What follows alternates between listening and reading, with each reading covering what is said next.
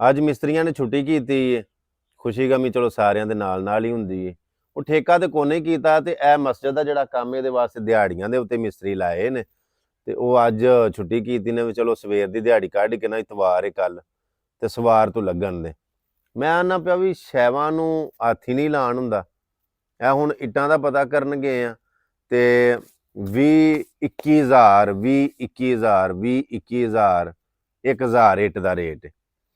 ਤੇ ਜੇ ਆਪਣਾ ਰੇਤ ਦੀ ਗੱਲ ਕਰੀਏ ਤੇ ਰੇਤ ਦੀ ਟਰਾਲੀ ਮੇਰਾ ਮਤਲਬ ਹੈ 10,000 11,000 11,500 ਵੀ ਸੁਣਾਉਂਦੇ ਨੇ ਪਏ, ਲੇਕਿਨ ਰੇਤ ਦੀ ਟਰਾਲੀ ਇੱਥੋਂ ਤੱਕ ਪਹੁੰਚਾਉਂਦੀ।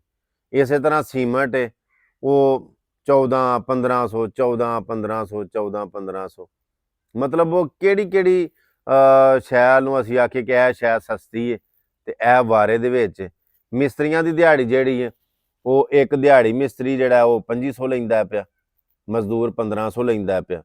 ਚਲੋ ਇਲਾਕਿਆਂ ਦਾ ਹਿਸਾਬ ਹੁੰਦਾ, ਮਤਲਬ ਜਿਹੜੇ ਉਹ ਜਨੂਬੀ ਪੰਜਾਬ ਵਾਲੀ ਸਾਈਡ ਤੇ ਇਲਾਕੇ ਨੇ ਉੱਥੇ ਕੰਸਟਰਕਸ਼ਨ ਦਾ ਕੰਮ ਵੀ ਥੋੜਾ, ਉੱਥੇ ਦਿਹਾੜੀ ਵੀ ਥੋੜੀ ਹੈ, ਮਤਲਬ ਲੱਭਦਾ ਜੂ ਨਹੀਂ ਕੰਮ।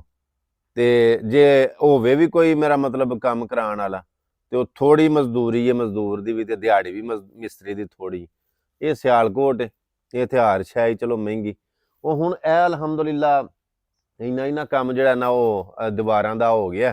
ਉਹ ਪਿਛਾ ਵੀ ਪੁੱਤਰ ਮਾਰੇ ਨਾ ਕੈਮਰਾ, ਇਹ ਸਾਰਾ ਜਿਹੜਾ ਨਾ ਲੱਗੇ ਨੇ ਮਿਸਤਰੀ ਹੌਲੀ ਉਹ ਜਿਵੇਂ ਫਿਰ ਮੇਰਾ ਮਤਲਬ ਹੈ ਗੰਜਾਇਸ਼ ਬਣਦੀ ਹੈ, ਜਿਵੇਂ ਕੋਲ ਹਿਸਾਬ ਕਿਤਾਬ ਬਣਦਾ। ਕਈ ਵਾਰੀ ਇੰਝ ਹੁੰਦਾ ਬੰਦੇ ਦਾ ਦਿਲ ਮੁਤਮਿਨ ਨਹੀਂ ਹੁੰਦਾ ਵੀ ਪਤਾ ਨਹੀਂ ਇਹ ਜਿਹੜਾ ਸਾਡਾ ਹਿਸਾਬ ਕਿਤਾਬ ਹੈ ਇਹ ਲੱਗੇ ਨਾ ਲੱਗੇ ਕੀ ਇਹਦਾ ਮਤਲਬ ਆ ਜਾਂਦਾ ਨਾ ਬੰਦੇ ਜ਼ਿਹਨ ਦੇ ਵਿੱਚ ਖਿਆਲ ਆ ਜਾਂਦਾ।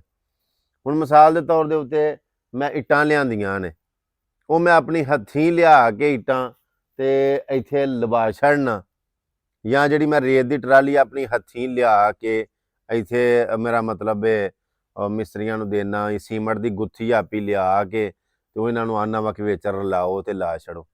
ਉਹ ਜਿਹੜੀ ਰੇਤ ਦੇ ਵਿੱਚ ਸੀਮੈਂਟ ਰਲ ਕੇ ਤੇ ਇੱਥੇ ਲੱਗ ਜਾਣਾ, ਜਿਹੜੀ ਇੱਟ ਲੱਗ ਜਾਣੀ ਹੈ ਇਹ ਤੇ ਫਿਰ ਲੱਗੀ ਰਹਿਣੀ ਹੈ ਨਾ ਜਿੰਨੀ ਦੇਰ ਤੱਕ ਮੇਰਾ ਮਤਲਬ ਮਸਜਿਦ ਆਬਾਦ ਰਹੇਗੀ, ਅੱਲਾ ਦਾ ਘਰ, ਇੱਥੇ ਨਮਾਜ਼ ਪੜ੍ਹੀ ਜਾਂਦੀ ਰਹੇਗੀ, ਕੁਰਾਨ ਪੜ੍ਹਿਆ ਜਾਂਦਾ ਰਹੇਗਾ, तो ਅੱਲਾ ਦਾ ਨਾਂ ਲਿਆ ਜਾਂਦਾ ਰਹੇਗਾ ਤੇ ਇਹ ਸਦਕਾ ਜਾਰੀਆ ਜੀ। ਹੁਣ ਇਹ ਜਿਹੜਾ ਤੁਹਾਨੂੰ ਨਜ਼ਰ ਆਉਂਦਾ ਪਿਆ ਇਹ ਛੋਟਾ ਕੰਮ ਬੇਬਾ ਕੰਮ ਹੈ, ਇਹ ਕੋਈ ਥੋੜਾ ਕੰਮ ਤੇ ਨਹੀਂ ਨਾ ਹੁੰਦਾ। ਕੰਮ ਸ਼ੁਰੂ ਕਰ ਲੈਣਾ ਮੇਰਾ ਮਤਲਬ ਆਸਾਨ ਹੁੰਦਾ, ਲੇਕਿਨ ਅਸਲ ਪੈਸਾ ਲੱਗਦਾ ਇਹਦੀ ਤਿਆਰੀ ਦੇ ਉੱਤੇ। ਹਈਏ ਤੇ ਢਾਂਚਾ ਖੜਾ ਕਰਨਾ ਹੀ ਬਹੁਤ ਮੁਸ਼ਕਲ ਹੁੰਦਾ ਪਿਆ। ਇਹ ਮੇਰੀ ਰਿਕੁਐਸਟ ਹੈ ਵੇਖਣ ਵਾਲਿਆਂ ਸਾਰਿਆਂ ਨੂੰ ਕਿ ਆਪਣੇ ਹਿੱਸੇ ਦਾ ਹਿੱਸਾ ਪਾਓ, ਆਪਣੇ ਹਿੱਸੇ ਦਾ ਤਾਮਨ ਕਰੋ, ਆਪਣੇ ਹਿੱਸੇ ਦਾ ਜਿੰਨੀ ਗੁੰਜਾਇਸ਼ ਹੈ, ਜਿੰਨੀ ਪੁੱਜ ਪੈਂਦੀ ਹੈ ਅੱਲਾ ਦੇ ਘਰ ਦਾ ਕੰਮ ਇਹਦੇ ਵਿੱਚ ਆਪਣਾ ਹਿੱਸਾ ਪਾ ਕੇ ਆਪਣੇ ਫੌਤ ਸ਼ੁਦਗਾਨ ਦਾ, ਆਪਣੀ ਮਰਹੂਮੈਨ ਦਾ ਰਾਹ ਸਿੱਧਾ, ਉਹਨਾਂ ਵਾਸਤੇ ਸਦਕਾ ਜਾਰੀਆ, ਉਹਨਾਂ ਵਾਸਤੇ ਜ਼ਖੀਰਾ ਕਰੋ। ਅੱਲਾ ਪਾਕ ਦੀ ਜ਼ਾਤ ਤੁਹਾਨੂੰ ਸਾਰਿਆਂ ਨੂੰ ਅਜਰ ਅਜ਼ੀਮ ਦੇ। ਅੱਲਾ ਪਾਕ ਕਬੂਲ ਫਰਮਾਵੇ।